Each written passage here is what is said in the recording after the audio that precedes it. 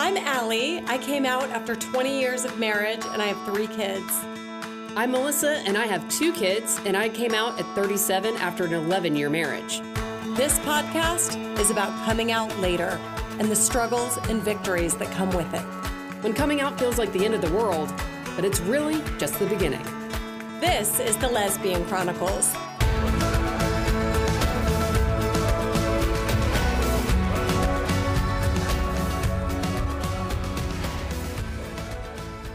Welcome to the Lesbian Chronicles. Hi. I hope that the sound quality without our fancy board is not suffering today. I know. Hopefully we're not back to the old days of sounding like we were recording into an iPad, but I know. Should we let people know that we recorded one and I sounded like a complete douchebag? So we had to it wasn't so much the douchebag aspect. It was just rambly. I don't know. I was right though. Like I floated it to Maria, who's like the nicest person ever. And I floated to her what I was talking about. And she was like, well, I mean, that is kind of true. You're kind of a dick. Anyway. That's why we're a little late publishing this episode too. So forgive us. It's been a busy weekend. It has been a busy weekend. You've been to Nashville and back. Oh my God. Okay. So first of all, if Stacy, if you're listening, Franklin, the Pilgrimage Music Festival is fucking amazing. I'm sure you go every year. It's unbelievable because that's right in her neighborhood. Basically. Yeah. Franklin. But we weren't even supposed to go to that. So we went for just Friday night. We were just going to go to Nashville for one night. I'd gotten Maria these tickets to see Pink. And then we realized that the music festival was happening that weekend. And both of us love the Lumineers. Like we're diehard fans. So we were like, holy shit, we can't just like be in Nashville and not like see the Lumineers. And so we ended up staying for the festival. And that's why my whole weekend got derailed. But it was like a complete music. I mean, Brandi Carlile and Pink Friday night. And then during the Pink concert, because Lumineers were in town, they fucking showed up at the Pink concert. So she had like the most amazing show ever. And so that was like, I went home on cloud 9. And then the next day we had Lumineers. And that was amazing. Yeah. Maybe we need to post the video that you sent me from the Pink concert. Oh my God. With Pink singing Sinead O'Connor's Nothing Compares to You. And then Brandi Carlile comes out. Yes. That is one of my favorite songs of all time. Yeah. Like, it's such a beautiful, like, heartbreaking song. Yeah. Like, I love it. I actually did this kind of, I guess it was a bit of like a Rickroll of that song to Marina. Okay. Oh. When we first started dating. Nice. And she was out of town. She's out of town for like 2 weeks. Okay. And I sent her an email every day, starting out with like some line from it. Oh, and like so cool. waking up like really, it was like, it's been 2 days and 4 hours since I've seen you, that kind of thing. Yes, The intro of each line. And then I would be really freaking cheesy about like how much I missed her. Right. And then on the last day, I made sure to send it at exactly like 15 hours or 15 days and 16 hours.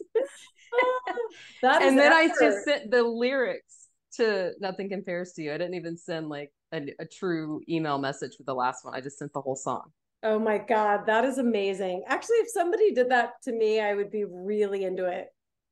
Like I personally thought it was hilarious. It took her a minute for it to register. She's not quite as like into music and lyrics like I am. I am massively. Yeah, like I thought it was brilliant. That is pretty brilliant. I am really into lyrics, so I would have been like loving that. That's really funny coming from you, the woman who doesn't want to do flowers at the beginning. I know. We've been dating for about 3 months at that point. Okay. You were well on your way. We were already in love. So it was like, I'm like I'm the annoying person who's so into lyrics that it's like, if I'm trying to like in the car, this just happened in the drive home, we're listening to the song and I'm like, what a great, like, are you listening to this? And she's like, no, I'm just like relaxing. And so I have to like start the song over and then she'll like start talking and I'm like, no, I'm starting it over. So you're gotta listen to the lyrics. You got to listen. Yes. Be patient and listen to the lyrics. Yeah.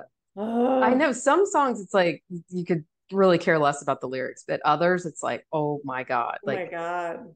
so many great songs I feel like are kind of overlooked because people aren't really listening. I know. Even Pink, like I'm not a diehard Pink fan, but I am now. Yeah, dude. Like, Okay. Yes, let's talk about Pink because I saw oh Pink at oh Music my Midtown. God. And I have loved Pink for a long time. I've always thought that like she had great songs, really like uplifting, fun.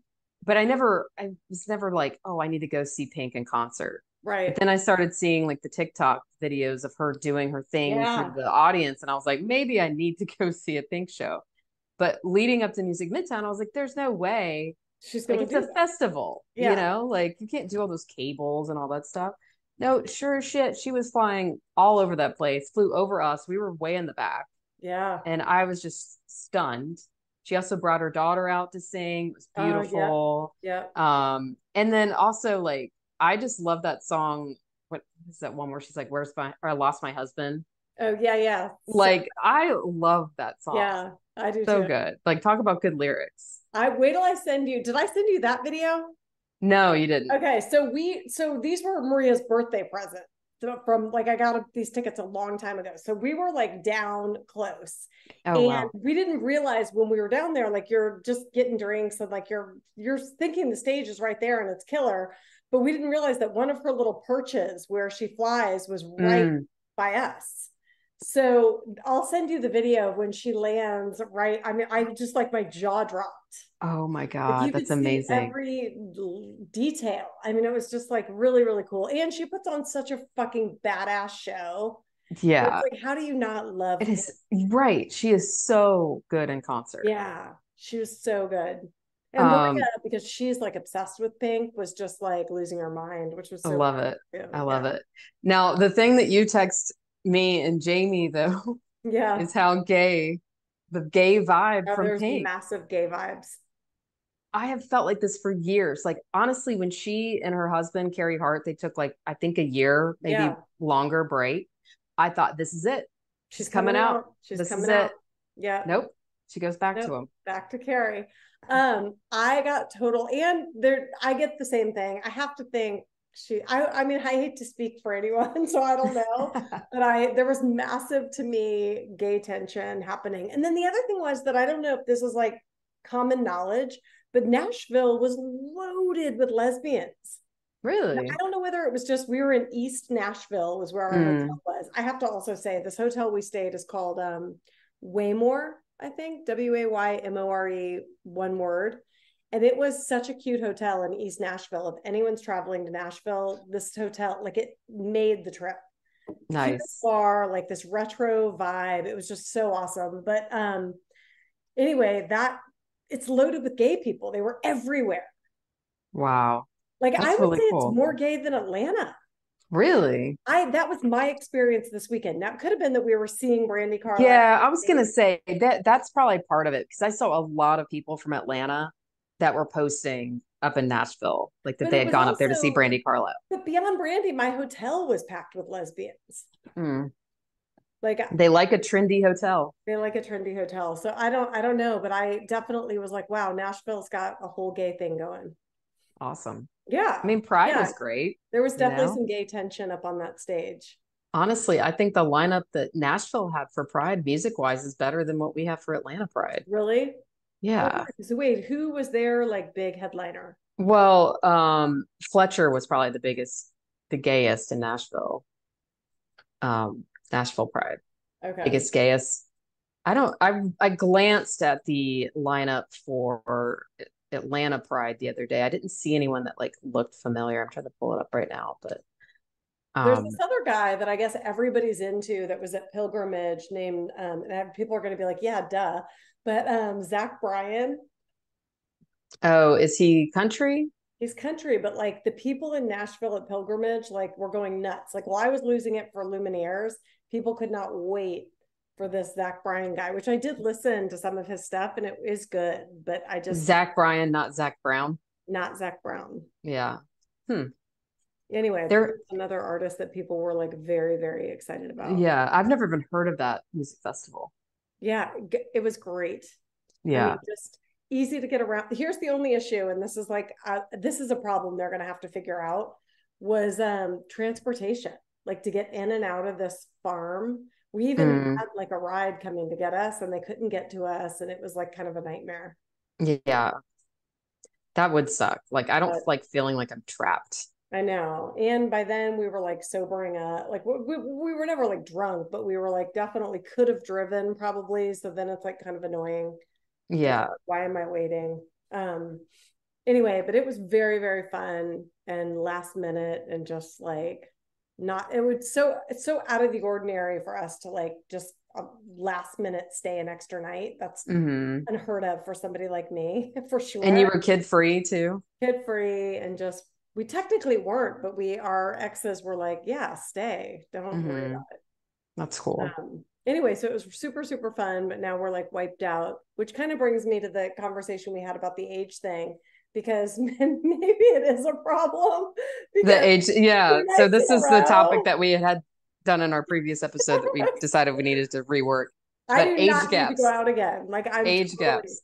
I couldn't wait to get home in my cozy bed. You're too old for the age gap, I guess. Too old for the age I mean, here you are being judgy about 30-year-olds. But the reality is you just can't hang. So more like, if I didn't have to, I have too many things the next day that I want to be like amazing for. I don't want to feel like shit.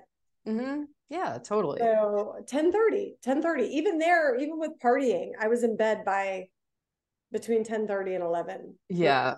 You know, by day 3 of Music Midtown, we were back home by 8:30. Yeah, it's like, come on. Like, what are you doing? Guns N' Roses was still playing, and I was like, I'm ready to go. I don't need to do it. I'm tired of being wet. Like, it was so muddy out there. It's gross. Nashville was beautiful. Like, it never felt, it was a gorgeous day. Yeah, I mean, it was a gorgeous weekend. So yeah, your weekend, last weekend was so muddy, like Burning Man muddy.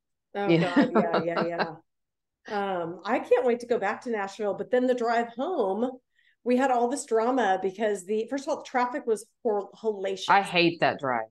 It was hellacious. And then charging my car, we thought, no problem. Like, it's Nashville. Like, they're going to have 1,000 places. Oh, you were charging your car. You have to charge the car. Why did I read it like you needed to charge your laptop? I was like, why is that an issue, Allie? I had to charge the car to get home. Like, the car has like 220 miles, and Nashville's just beyond that. Wow. So we had to charge the car. So then it was like we couldn't find a place, and there was a lot to the drive that it ended up being like epically long. Man. Yeah. See? No, I don't know. I'm not sold on the electric car. No, I know. Again. I said to her on the way home, I'm like, this might be the nail in the coffin, but I don't do, like, I learned a lesson. I'm not going to take my car. Like, I will take Maria's car the next time. I don't know why we did, and it was stupid. Like, we should have just taken her car. But even then, like, for around Atlanta, it's great, but it is an issue. And like, half the time you get there, like, one of the chargers was having technical problems.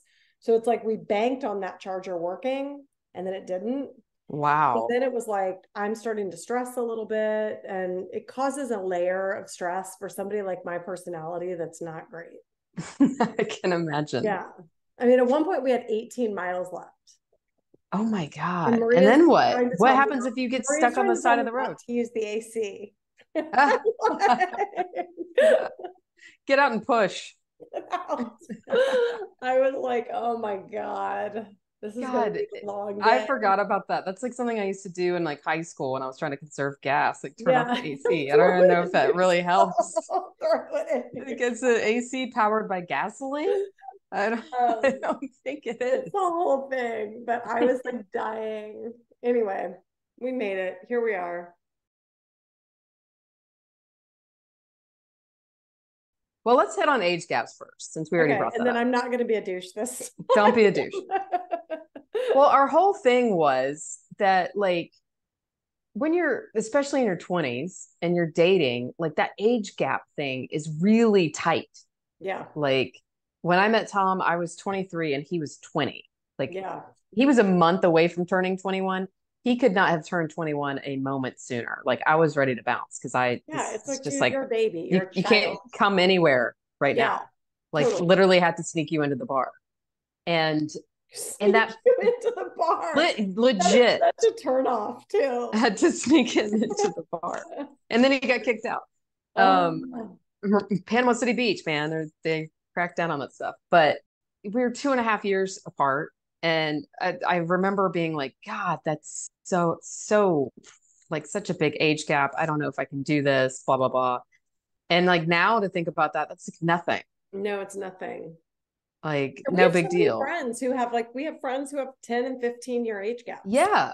And it works. It totally works. I'll tell you where I'm not going to be as aggressive this time, but I think I wasn't.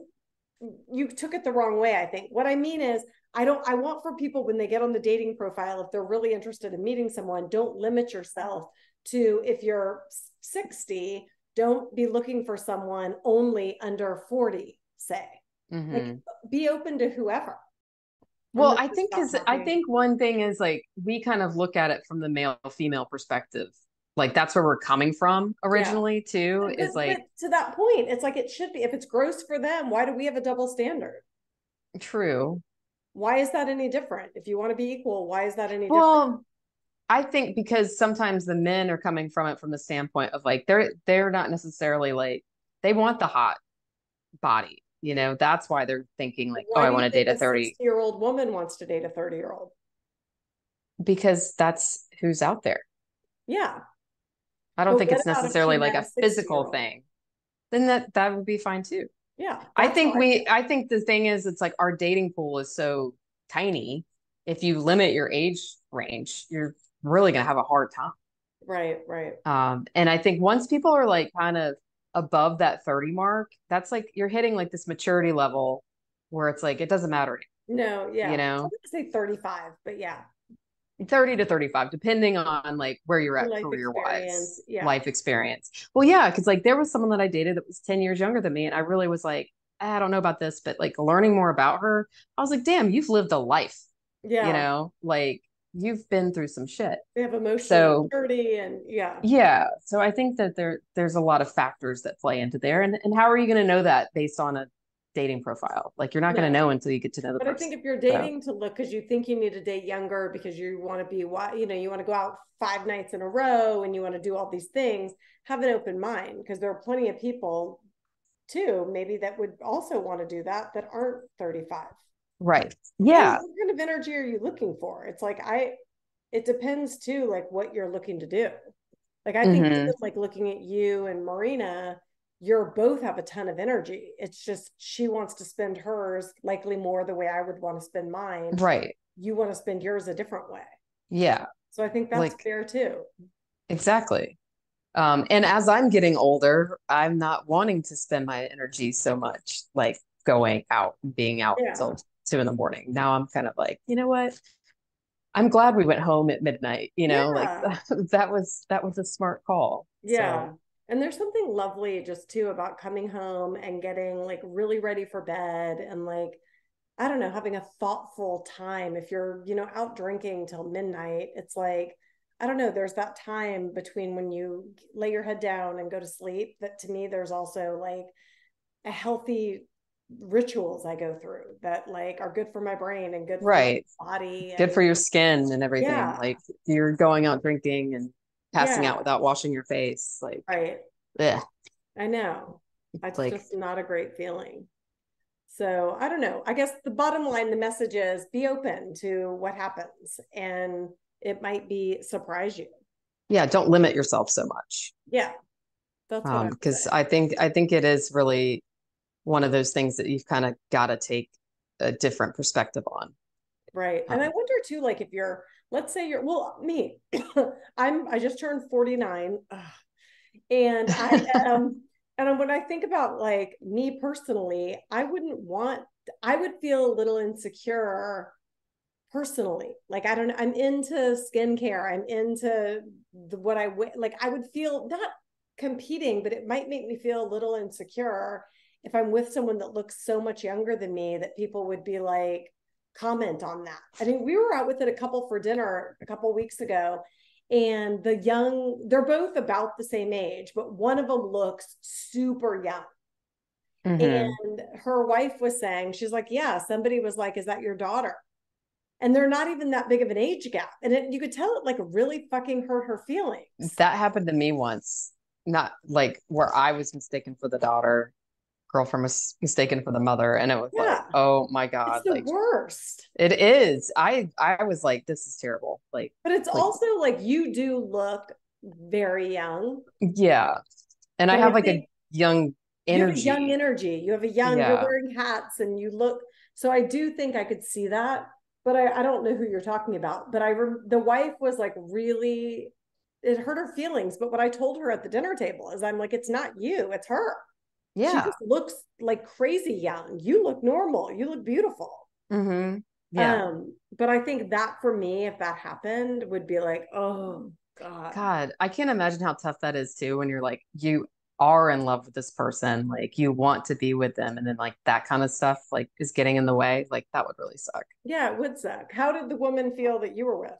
She like luckily like let it roll off her back, but like you could tell it like stung a little bit. Yeah. How So, could it not sting a little bit? oh, I know if roles were reversed, I'd be, what the fuck is this? Yeah, You exactly. know? So, um, it's tough, but I mean, we also keep in mind too, like there are people that like have successful relationships like this, like Totally. that Sarah Paulson and Holland Taylor. That is a massive age Yeah. difference. It would be me dating my dad. Oh man, Yeah. yeah. Like, I mean, to each their own, and it She's works. They're in yeah, love, totally. so She's like madly in love with her.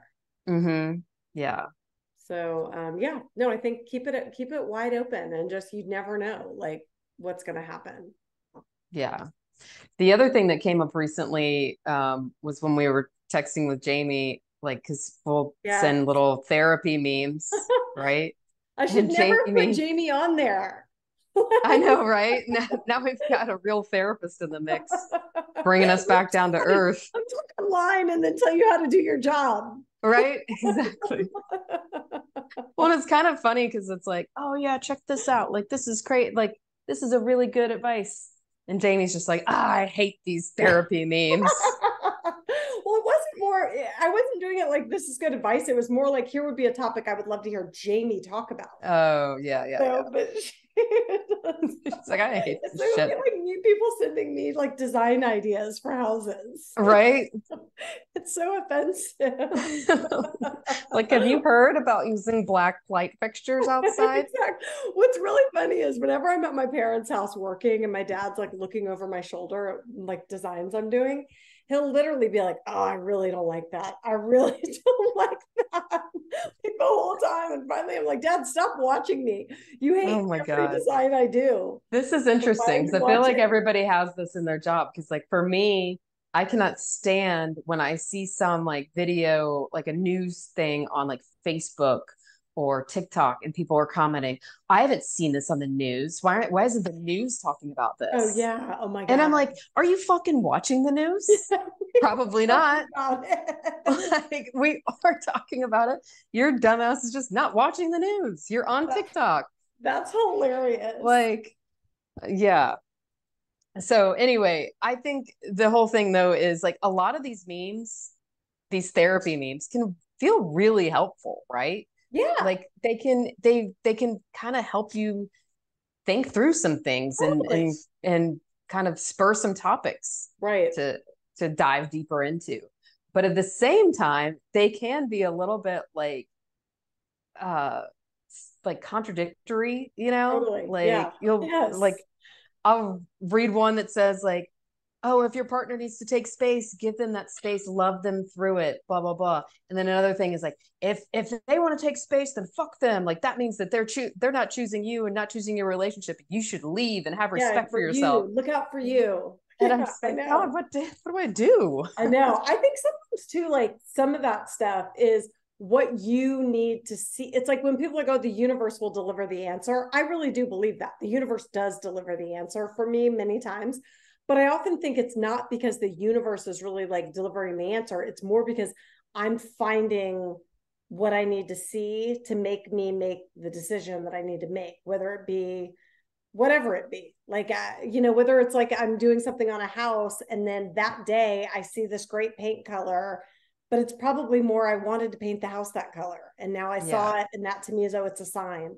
So I sometimes think like your brain does it for you. It's delivering the Well, information. and your phone's listening to your conversation. That too, that too. But in your case, it's like you are sometimes, you know, like you are in a state of transition. So it's like probably a lot of things are, you're seeing both sides of everything right now. Yeah. Yeah. Yes. And it's really confusing. Yeah, of And I course. also have to kind of like consider the source sometimes. Like if one of these memes pops up on my Instagram on like a page that like I don't follow, I have to be like, all right, who actually wrote this? You Right. know, is Right. this like a 17-year-old that's just like creating memes and they started an Instagram account? Yes. Or is it an actual like Exactly. legit therapist? Oh my God, I know. Some of them do sound like real therapists, though. Oh yeah, totally. Like, Totally. who's the one you mentioned? The holistic The psychologist? holistic psychologist is one that I really like a lot. Um, and then I want to say it was like the queer therapist posts a lot of good ones. Okay. So and those are like legit ones, you Right, know. right, right. I wish that Instagram would let you go back and look at the ones that you've liked because I've liked a lot lately where I'm like, this is really helpful, but then you know you But can't. bottom line, though, as I send them, as I text and send them to you guys like feverishly. Yes. So it's true. Like to Jamie's point, there's so much not misinformation, but just misguided. Like you can't just put out this blanket thing and that's therapy, Yeah. you know? Right. And like you said, it's like there's so many things that you can just be like, all right, I just pulled up this one. You deserve someone who is sure about you. You deserve someone who knows what they want. You deserve someone who has the capacity to love you to the links that you love others. There is already a lot of uncertainty in this life. You deserve someone who is sure about you. All true, Yeah, right? right. Like, okay, that's uplifting. But then Uplifting. what happens when It's yeah, what happens if there is a going through problem in your something? relationship? Or right, right. But this is not a therapist one, it's a poetry one. And Yeah. maybe that's just it. We're like We're leaning on the interweaving poetry. therapy and poetry. We're leaning on the poetry. And we're looking at poetry like, oh, this therapist, Yeah, this there was poet. one today I saw that I thought was really, really good, but then I thought you could probably poke holes in it. She was like, you can't tell someone how you want to be loved. You can only decide whether the way they choose to love you is what you want. Mm, So it's like you don't get to tell somebody how to love you, but you yeah. can decide if that's the way you want to be loved or not. And if it isn't, then you get to move on, which, yeah, that's true. But it is like, even in my relationship, like many times I've said, this is what I need. This is how I need to be loved. Yeah. So I don't know whether what that maybe to me, there are some circumstances that that doesn't apply. Right. And we could like lose our minds, I think, with the amount of like diving into all of these therapy meetings. Yeah. It is also Poetry. like this thing in my relationship right now coming up where it's like I am finding that I came out, I learned to do all these things for myself. I got very independent. And now I'm kind of coming back into this phase where I sort of do want to be taken care of to some extent. And I don't care that I can be a feminist and still want that. But like there are things that come up all the time where I'm like, my truth is that that is how I want to be loved. I want to be taken care of in some ways. I want you to get us a car at the end of the night. I want you to Yeah. figure out, you know, we have anything like this shit comes up all the time. So after the show, when we were trying to get out of the parking lot, she was like really checked out, and like it's becoming clear to me that like the driving situation that we had already set up was going to be an issue, and she was like literally leaving it to me, and I'm like, hello, like this is how you take care of me. Are you helping me get the car? Right. She doesn't know where we are. I don't know where we are. It's dark. And she's just like, welcome to my world. Like you do it. You handle You it. do it. Figure it out. That is probably one of the like hardest laughing by things. the end. I'm like, I've got you so spoiled now. And she's like, me. She's Like figuring out these lonely roles is like now. one of the most difficult things, man. Like we've had this discussion since like early episodes. I don't know, I'm sure you remember like talking about like when we were moving, like who breaks down the boxes, Yes. like who's throwing this shit away, who's getting Right. out and like running through the rain and grabbing the car. Who is? Like, I'm like rock, paper, scissors. I don't know. I don't know either, but I'm learning that how I like to be loved is to I mean, have of someone course, we all want to be taken manage care of. it. Like, I'm sure men definitely want to be taken care of. If reality is men are getting off easy because they're the ones they are running out to the car in the rain and all that stuff. But who's the one that's like doing the grocery shopping and the laundry and like really truly taking care of the house most of the time? Yeah, that's a really interesting question. So That's an interesting question. Allie's like, but he runs to the car with the and brings out the umbrella and all that stuff. Yes. They don't get wet. I guess But too, mind like you, in what way? It's like I think too, like I take care of other things for sure. yeah. But like I have come to rely, like I notice like if we're flying, if we're at the airport, like I'm definitely not running the show.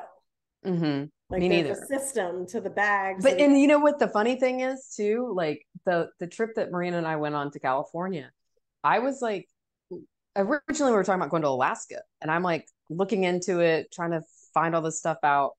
And then we move on to California, so I start trying to research that. And the next thing I know, she's got the whole thing planned. And I realized like she doesn't want me.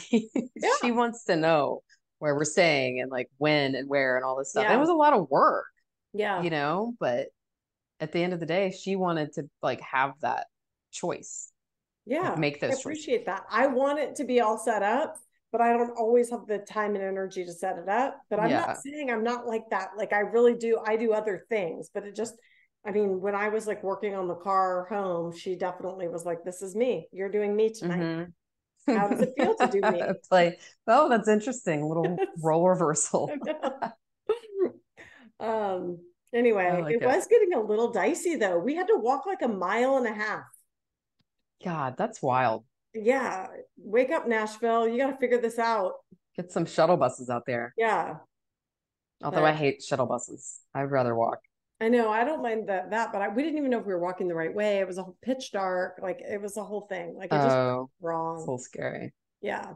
Anyway, Well, next up we have Jamie chatting. So yes. Okay. The Ask Jamie segment. And don't forget to send in your questions. yes, please keep sending in She's your reading questions. all of them and then pooling together like common themes. So please, please, please don't forget to send questions and just title it Ask Jamie. Yeah, and send those to our Gmail address too. You want to give them Not the address? melissaandallie@gmail.com. The one that plays at the end of the episode. Yes. Every time. 1L, 1S. 1L, 1S. And yeah, because honestly, like I know we get a lot of DMs, and like someone I think sent us an email recently saying they had messaged us on Facebook and never checked the Facebook messages, not gonna lie. So stick to our Gmail if you really want to get in touch with us. Yeah, occasionally I'm sure the DMs come. Those, I mean, we see a lot of them, but the email are like get addressed. Yeah, yeah, So, for sure. All right. Enjoy Jamie. So Allie and Melissa asked me to speak today about a unique kind of jealousy that can show up in relationships between two women. The unique part is around what happens when your partner is really good at things, maybe even better at things that you are also good at. We heard a few examples of this. So one was going from being the handy one in the relationship to being with someone who is not just handy, but maybe just good at everything, which feels really threatening somehow. So the sense of where does that leave me if my partner is just as good, if not better, at so many things. Some couples struggle with feeling criticized for how they do things that their partner also happens to be good at. So you're not only a little insecure or jealous that your partner is good at stuff too, but maybe your partner is calling it out, maybe indirectly, correcting you, jumping in to help or take over, which, might leave you feeling a little competitive, maybe judged.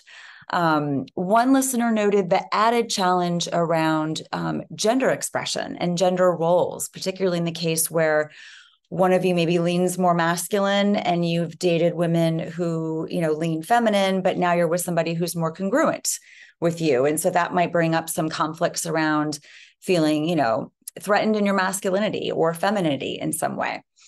So I'm going to speak to what might be going on here, and as always, some of what I'll say will resonate and some of it maybe won't, but wanted to offer you a couple of thoughts. But I really want to start with validating and normalizing that everyone gets jealous for all kinds of reasons. Everything we're going to talk about today could really apply to any type of jealousy, but really it's just normal. Everyone has their buttons that when they're pushed make us feel really unsafe or threatened. So if you take away anything from what I'm about to say, please remember jealousy, feeling threatened or insecure is not the problem. It's how you turn toward it, how you get curious about what your jealousy is about, your willingness to get clear about that. And then, of course, how you turn toward the relationship when it comes up for you. That's equally important. So we'll say a little bit about that. I'm going to give you some tips about how to sort of navigate this in your relationship. But, the first layer of this that I thought could be helpful to sort of put into context is that, there is a very natural biological competitiveness that exists between women, right? From like a bioevolutionary perspective, women have always been in competition with one another for the purposes of finding the best man with whom to propagate the species, right? This is kind of, what evolutionary biology teaches us. And there's a modern version of this, especially under the, ever-present influence of the patriarchy, right? The idea of how threatening it can be to see another woman being better at us in multiple dimensions because it reduces our chances of being chosen, right? We feel that natural competitiveness because of a desire to feel secure and safe in a special long-term relationship, right? And then you add the modern ego and our cultural bias, which is a bias that really centers worth around things like achievement, perfection, beauty, youth, etc. And then for gay couples, you've got this like giant dose of, internalized heterosexism, right? The gender binary and the sort of difficulty of navigating fluidity around gender roles that, can be sort of more unique to same gender relationships, especially with two women. So it gets pretty challenging, and the challenge is, how hard it is to, in any relationship, to balance and maintain both an individual sense of identity, to feel secure in our worthiness and security in general, while appreciating similar qualities in our partner, right? And to appreciate those qualities in our partner, we have to manage, our occasional sense of threat, right? That introduces. So I want to say a little bit more about the gender stuff, because, this is one of the things that a listener noted was particularly relevant in their relationship. The role of gender identity and how that often links up with how we express roles in a relationship. And for, many queer people, those expressions, those gender roles might fall somewhere on a fluid continuum rather than being stable and static. This is yet another bias in our cultural norms, the norm of the binary, right? In roles and gender expression and identity. So when your partner shares, many of the same skills or qualities that for you reflect how you express your gender, you might feel a little lost, maybe even outright threatened. And then that's where a feeling of jealousy can emerge, right?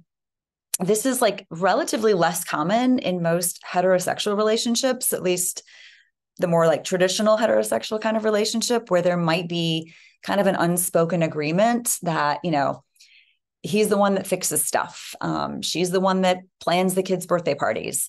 When you both lean masculine or feminine, or when you or your partner really feel most comfortable in a more or less traditional gender role, it can create tension around how to support, your own and your partner's expression of self and contributions to the relationship, right? You might even feel a greater sense of competition or even feel, emasculated if your partner is better at fixing things around the house, so this can, naturally create a feeling of insecurity.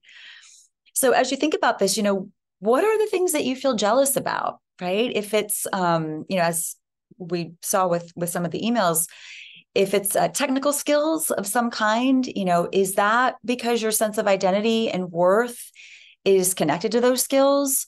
If it's, physical appearance, is that because a big part of how you feel worthy is being, pretty or smart, capable, thin, more feminine, more masculine? Did you grow up in a family that, typecast you in a particular role or a particularly rigid role? Maybe, you were the smart one and your sibling was the athletic one. Some folks were forced into a highly gendered or stereotyped role. And, you've fiercely, you've come to the place where you fiercely protect, the role that you've earned through years of fighting those norms. And so, everybody has their backstory. Everybody has their own individual context that makes these things harder in some relationships more than in other relationships, right? And when we're in a relationship in which, those qualities and skills and things that we're good at, we worked so hard to nurture them in ourselves, and they aren't seen or valued as much or needed as much by our partner because maybe they either can do it themselves or they don't value it as much in another person. It can make us feel really disconnected to self, right? And that, that can feel really uncomfortable. So how do you navigate all this? So here's some guidelines. I've got 4 general sort of areas to sort of explore. One is, reflect on this for yourself, kind of take some time to go inside. Is this jealousy that you're feeling? Is it fleeting? Is it occasional? Is it kind of mood dependent? Or is it more persistent and insidious? Is it getting in the way of connection? Is it creating conflict? Are you kind of allowing, your angry or resentful feelings to dominate and it's keeping you from being able to have productive, dialogue about it? Get curious, what is this about for you? Are you accustomed to identifying yourself and your worth through your skills, your appearance, or how you express your gender? Is this something that's been influenced by your past? So how might the things you're jealous of then be cues for you to work toward healing from some of the ways in which you might struggle with not feeling good enough? Are you jealous because you fear you won't be chosen if you're no longer uniquely special in those particular areas? Find out, right? And this is your work, right? Some of this belongs to the relationship to work out, and some of it is your work and your partner's work. So that's the sort of first sort of general guideline. And then second, as I said before, all of us enter a relationship with a map from our past, right? As our guide. It sets up expectations. 2 women in a relationship is already, a rather, non-traditional paradigm. And so it might be important for some couples to name this complexity kind of explicitly, as you kind of, draft the contract of your own relationship. Things like gender identity, the roles that come with it for each of you, the skills that you bring to the relationship, both the ones you have in common and the ones that are unique to you as individuals, making sure to understand what those skills have meant to you personally, right? For your own personal identity, your own sense of self-worth, like what does it mean to you to be the handy one or the one who knows a lot of things or the one who invests in her appearance? When those things are more, congruent with your partner, say you both are handy or you're both skilled in similar ways, or you both lean masculine or feminine in your roles, you might need to explore how you each experience that congruence, both the things that are great about it and the things that are hard about it, right? I mean, with enough empathy and understanding, you can get through anything. You can begin to identify the special things that you each offer that are so appreciated and seen, right? What are you each uniquely good at? And what are you both good at? What do you value in each other that is beyond what you do or what you look like, right? Try to intentionally break out of that trap of external metrics of worth. What do you each offer that no one else does that make you special to one another, right? Another, sort of guideline is to try to redirect your focus from comparisons, who's better at what, and what does that mean for me, to the intention behind that particular skill or action, right? For example, if it's cooking, maybe you both love to cook, and therefore, things like skill and technique and, the process, right? These are important to both of you, as a good cook. But when you're cooking, whether, together or with your partner nearby and you're in the kitchen alone, rather than focusing on the cooking itself, focus on the intention. Am I cooking for my partner in order to prove that I'm just as good at it? Am I criticizing my partner while they're cooking because I want to prove that I'm better at it? Is this like an ego thing? Or is this more about the act of nurturing, right? Preparing a meal for my partner is about loving them, caring for them, wanting to give them a break after a long day at work. And on the other side of that, as the receiver of that kind, loving gesture, can you appreciate the meaning and the intention, behind the act rather than, thinking about how you would have used a different technique, right? Another example is, if your partner puts together a great outfit for your night out together. This was something that, I don't know, maybe Allie or Melissa mentioned that, can be a thing sometimes, rather than focusing on, how that makes you feel less attractive or bad about yourself because your partner looks better than you. Focus on how, I don't know, getting all dressed up might be something she's doing for you, right? I mean, if she wore sweatpants to date night, how would you feel, right? So again, focus on the intention, how the thing that you're feeling a little jealous of might shift from something that makes you feel insecure to something that maybe makes you feel even more secure, right? To reframe it. And then finally, to circle back to what I said in the beginning, feeling insecure, whether it's jealousy, competitiveness, whatever it is, it's normal, right? We all feel insecure every day. What makes it a problem is how you feel about your jealousy or your insecurities and how you express it in your relationship. Those of you who wrote in about this issue, I was just kind of blown away by how much I heard, shame about it. You're embarrassed about it. You feel immature or stupid or superficial, judgmental, right? These judgments that you're making about yourself for feeling this way, that's more likely to be the reason that this is a problem, right? If you can accept that you're going to feel these things now and then, if you're curious about what it's about for you, what it might be calling attention to, both within yourself and in your relationship, it can be a tremendous opportunity for, vulnerability, for connection, for growth, for self-acceptance, right? Especially when you can bring it to your partner with that same curiosity and compassion that you applied when you did your self-reflection, right? And it's a practice. This is not easy, right? So I'll stop there. Feel free to send in, any more questions or comments about this topic. And, if we need to do a follow-up talk about it or, explore how, these ideas sort of apply to other kinds of jealousy, because I'm sure that comes up a lot. We can do that. But in the meantime, I hope this was a start and that it was helpful. Thanks. Want to support the Lesbian Chronicles podcast? Rate us and write a review on Apple Podcasts or Spotify. We love listener feedback. If you'd like to share your story, email us at melissaandallie@gmail.com. That's Melissa, MELISA, and Allie, ALLI, @gmail.com. Or follow us on Instagram at Lesbian Chronicles.